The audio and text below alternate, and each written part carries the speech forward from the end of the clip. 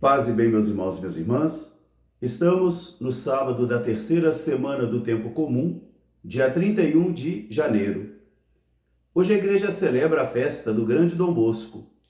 Ele viveu de 1815 a 1888, na Itália. O nosso evangelho é retirado do livro de Marcos, capítulo 4, versículos de 35 a 41. Naquela tarde, Jesus disse a seus discípulos para que eles passassem para a outra margem do lago.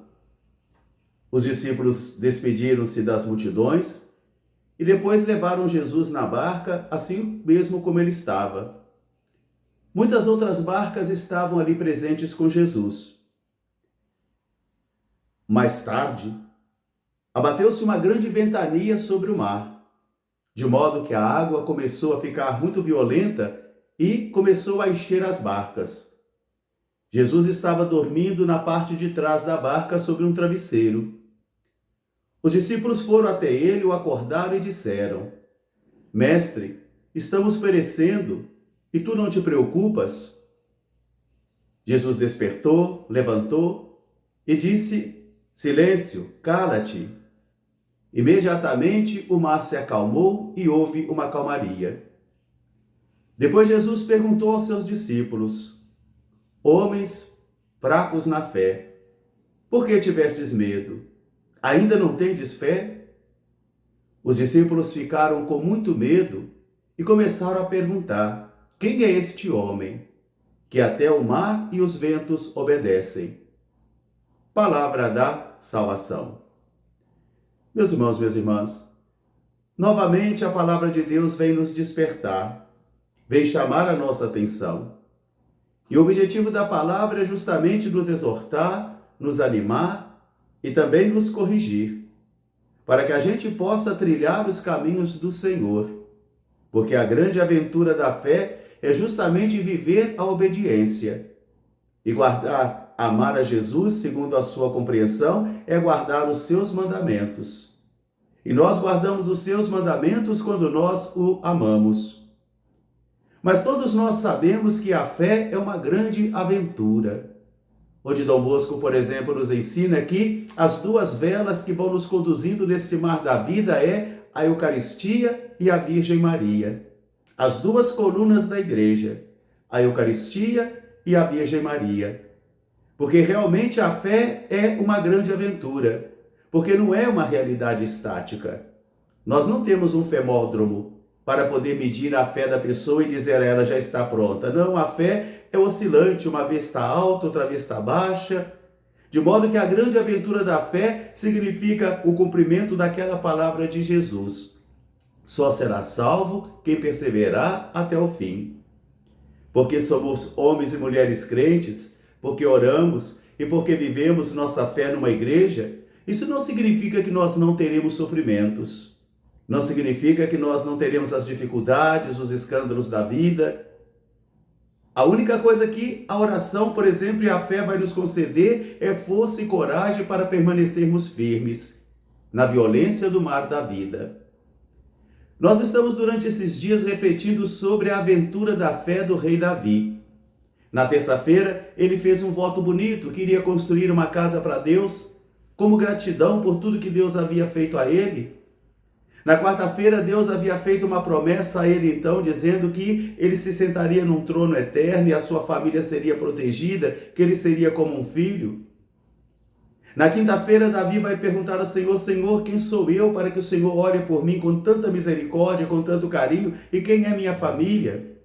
Agora, no texto de hoje, nós já vemos Davi se desviando do caminho, se extraviando do caminho e experimentando as incoerências da vida. Aquilo que o apóstolo Paulo vai gritar depois: eu não faço o bem que quero e acabo fazendo o mal que eu não quero. Porque a fé é uma grande aventura. Quantas e quantas pessoas vocês conheceram que não tinham nenhum envolvimento com a igreja, nenhuma sensibilidade religiosa e que de repente o Senhor impulsou a elas e elas se despertaram?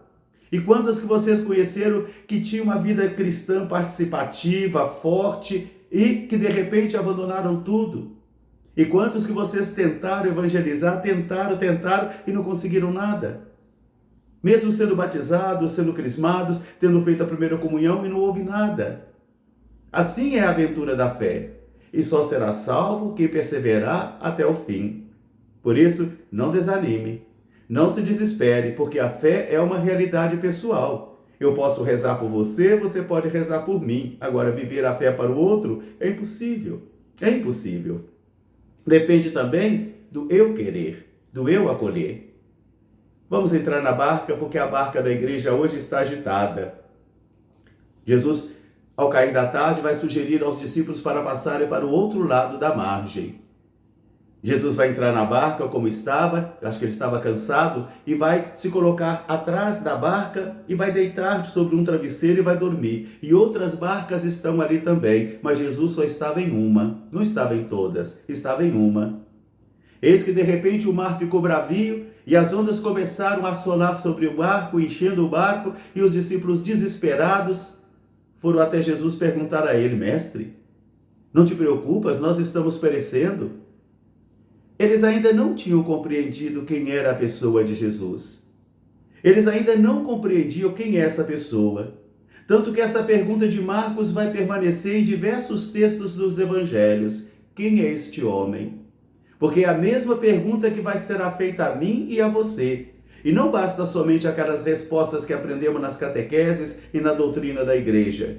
Não basta somente isto, porque até isso o diabo sabe.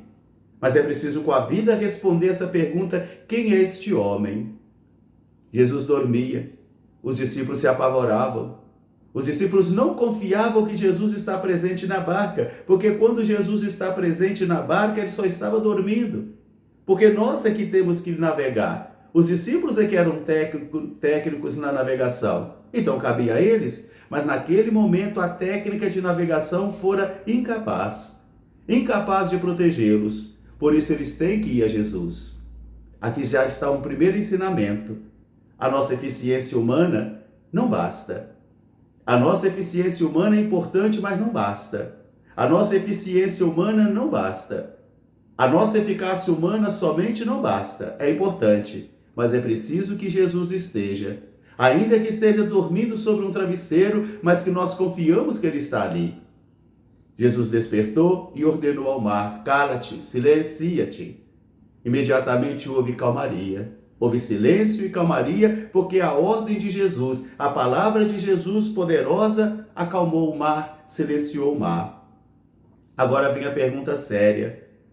Homens fracos na fé, homens tão medrosos, ainda não tendes fé? Meus irmãos, minhas irmãs, volto a repetir que a fé não é uma realidade estática.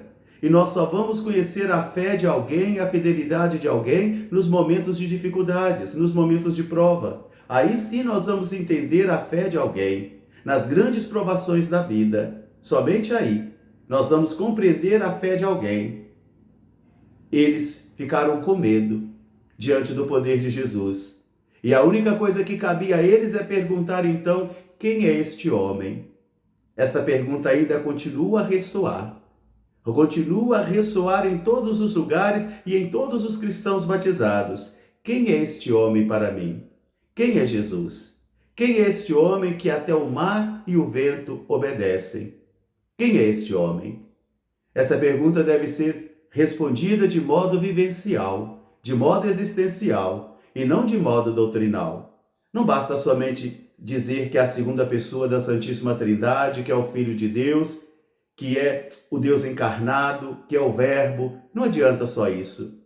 É importante que eu e você tenhamos essa resposta existencial e vamos percorrer durante toda a vida para respondermos: quem é este homem em minha vida? Um grande fraterno abraço para todos, paz e bem. Até amanhã, se Deus quiser. São João Dom Bosco, rogai por nós. Paz e bem.